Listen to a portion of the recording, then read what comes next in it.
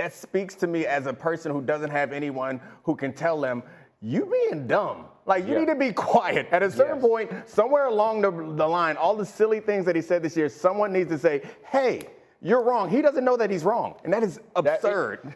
When he said, it's a better opportunity to return a punt than to block a punt. You just question. You literally question everything that's going on. Like who in the owner's box is agreeing with you when you come down and you're going to have your press conference. No one in the building. That was a yes. Oh no. I mean, it could not have played out better for the Cowboys until it is leadership in different ways. I mean, talk about it as a return versus a block is just crazy. I feel ridiculous even asking a football question about it, but just to be clear, as two guys who played in the NFL, that is not something that one takes into account when they decide whether or not to block a punt, right?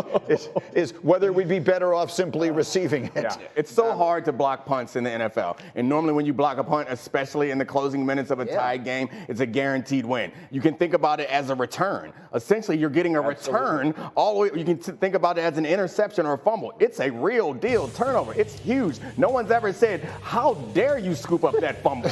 You should get away from it. Like, no. Block the punt, but don't be dumb afterwards. Okay, so that let's just move on. There's really not much of reason to be said there.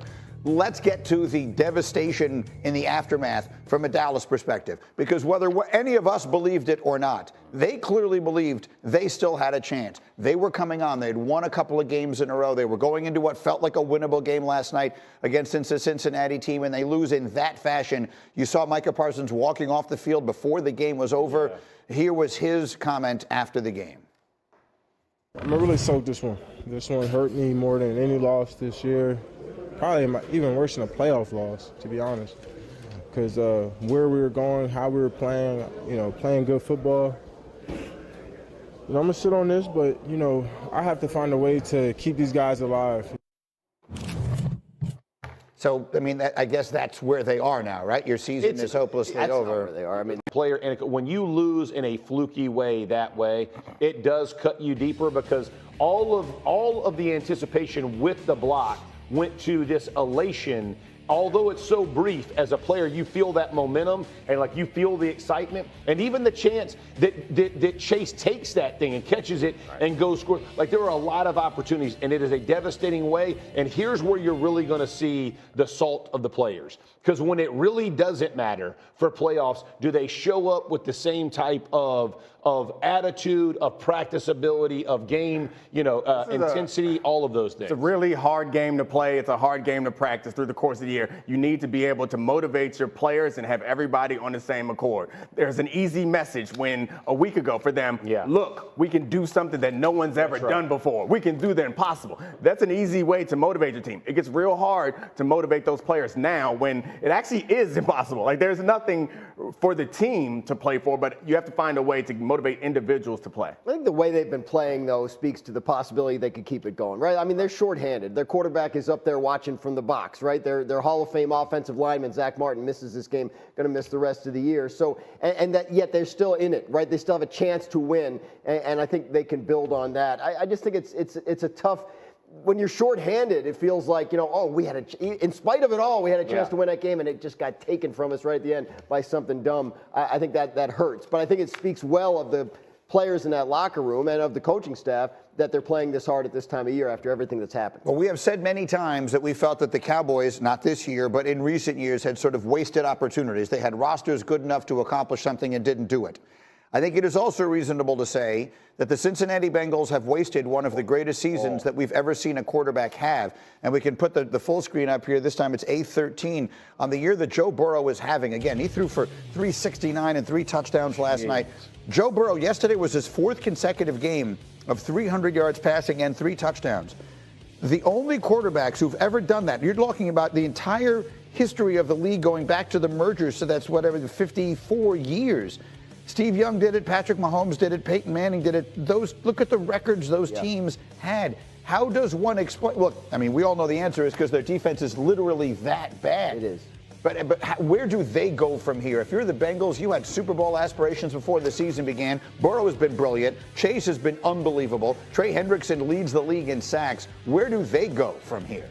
They don't seem like they're going to be able to bring back Chase and Higgins. So, like, this window, Super Bowl window that they had, it opened sooner than I think any of us expected it to, and they haven't really improved. They've gotten steadily worse, and they're dealing with a player like Joe Burrow who has been somewhat injury prone. Like, it's a really fragile thing that they have there, and it feels like they're coming towards the end of this first run. And how they rebuild this, I don't know. How they rebuild it quickly, I don't know, with a healthy Joe Burrow. So I think that's the saddest part, is they're not going to bring back Higgins. It seems really hard to bring back Higgins. It seems like the solutions for the defense is not just a one player, one will solve it. No. So it seems like this window to them is starting to get a little slimmer. I think the whole draft has to be defense for them, right? Because they got to start hitting on some of these picks. They've drafted some defensive guys high, they just haven't worked out, right? But the Higgins and Chase situation is fascinating. Higgins is a free agent. Chase is not. But he's obviously up for an extension heading into his fifth-year option season. Joe Burrow says after the game in his press conference, I'm confident we're going to find a way to keep T. Higgins here next year. He's not just saying that because he wants it. Like, there's a decision to make.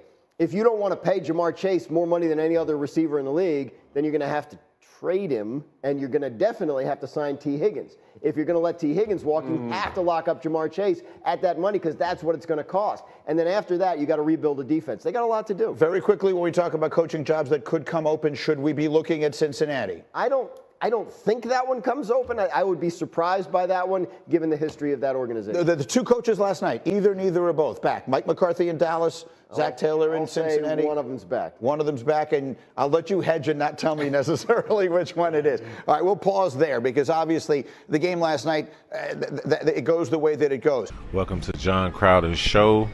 Thanks for tuning in. I'm back again with another sports show, joining you live from a spot here in the Battery, Atlanta, Georgia. If you ever get time, come check us out.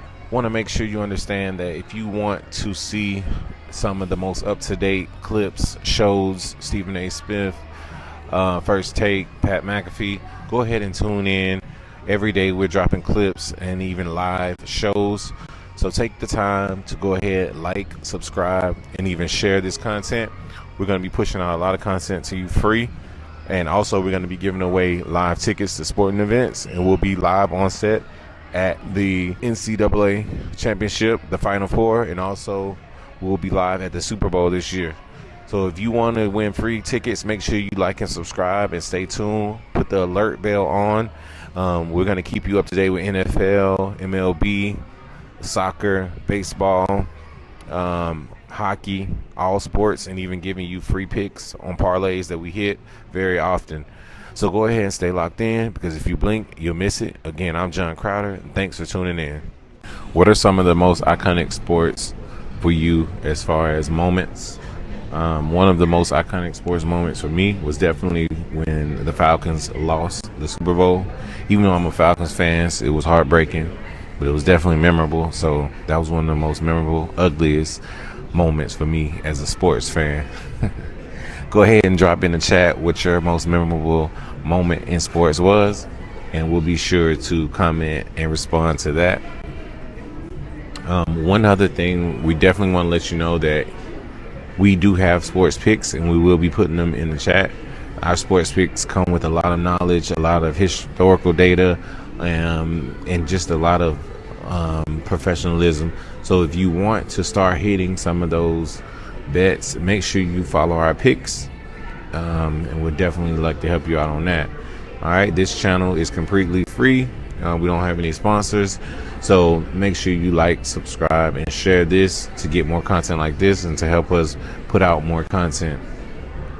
Again, I'm John Crowder, and I'm joining you live from the Battery in Atlanta. Stay tuned for more episodes, more shows, and more content.